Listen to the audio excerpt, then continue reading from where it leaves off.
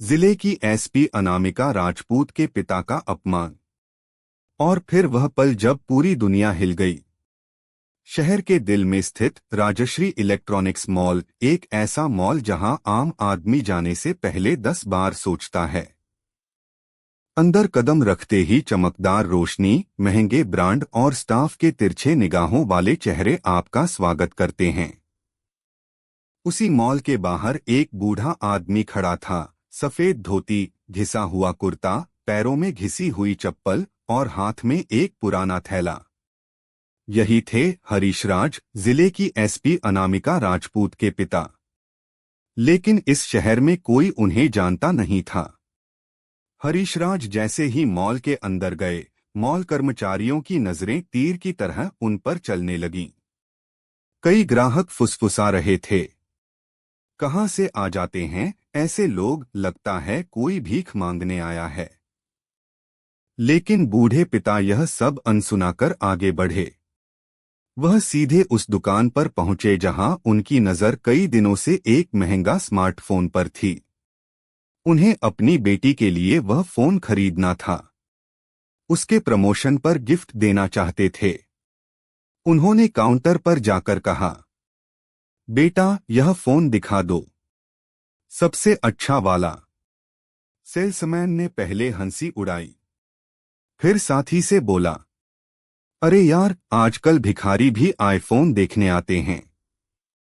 दूसरा बोला, ए बुढ़े, यहां खड़े खड़े टाइम खराब मत कर, दाम सुनेगा तो भाग जाओगे।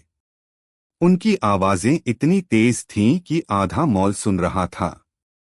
हरीशराज ने धीरे से कहा, बेटा मैं खरीदने आया हूं, मुझे दिखा तो दो। तभी मैनेजर आया। उसने एक नजर हरीशराज पर डाली और बोला, निकल बाहर, हमारे महंगे काउंटर पर खड़े होने की औकात नहीं है तेरी। और उसने सबके सामने बूढ़े पिता को कॉलर पकड़कर बाहर धक्का दे दिया। भीड़ में कुछ लोग हंस पड़े। हरीशराज जमीन पर गिर पड़े, लेकिन उन्होंने कुछ नहीं कहा, सिर्फ चुपचाप वहां से चले गए। उनकी आंखों में सिर्फ एक दर्द था, काश मेरी बेटी पास होती। घर पहुंचकर उन्होंने कांपते हाथों से फोन उठाया। उधर एसपी अनामिका राजपूत बैठी थीं, अपनी मीटिंग फाइलों में डूबी हुई। फोन उठाते ही बोली, हाँ पापा बोलिए। लेकिन उतने में ही उनके आंसू निकल पड़े। आवाज रुंध गई। अनामिका चौंक गई, पापा क्या हुआ? कौन था?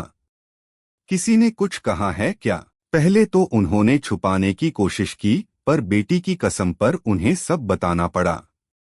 कैसे उन्हें भिखारी कहा गया, कैसे धक्के देकर बाहर निकाला गया, कैसे पूरे मॉल ने उनका मजाक बनाया।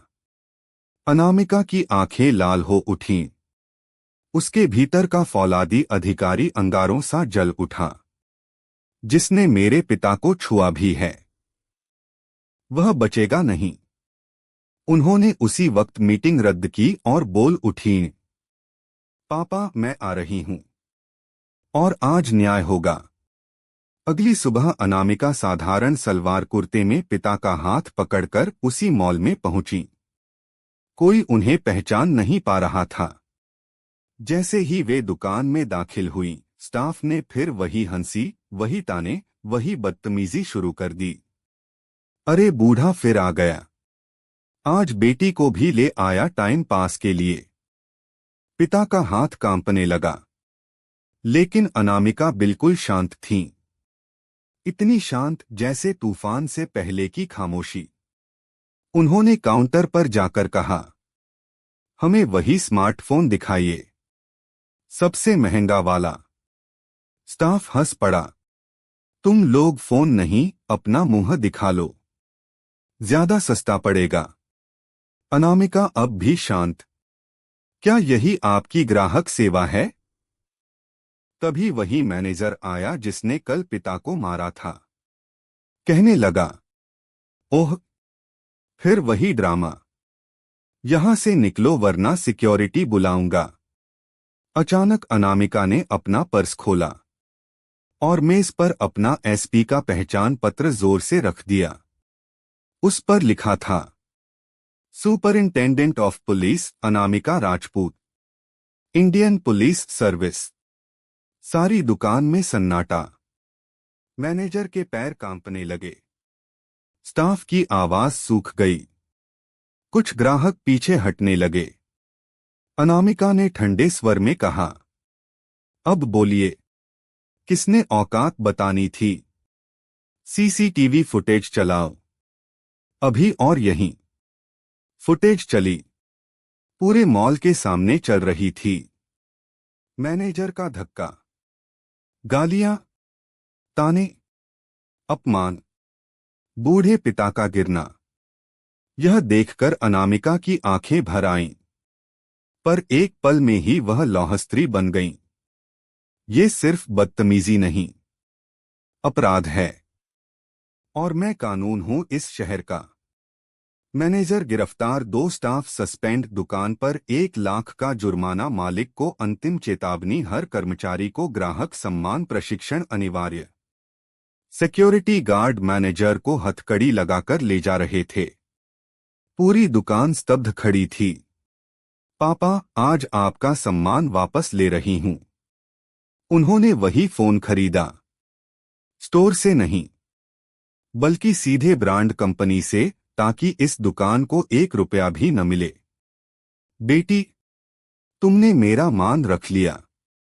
अनामिका ने उनका हाथ थामकर गले लगाते हुए कहा, पापा, कपड़े इंसान की कीमत नहीं बताते, लेकिन कर्म बहुत कुछ बताते हैं। आज आपने मुझे मजबूत बनाया है।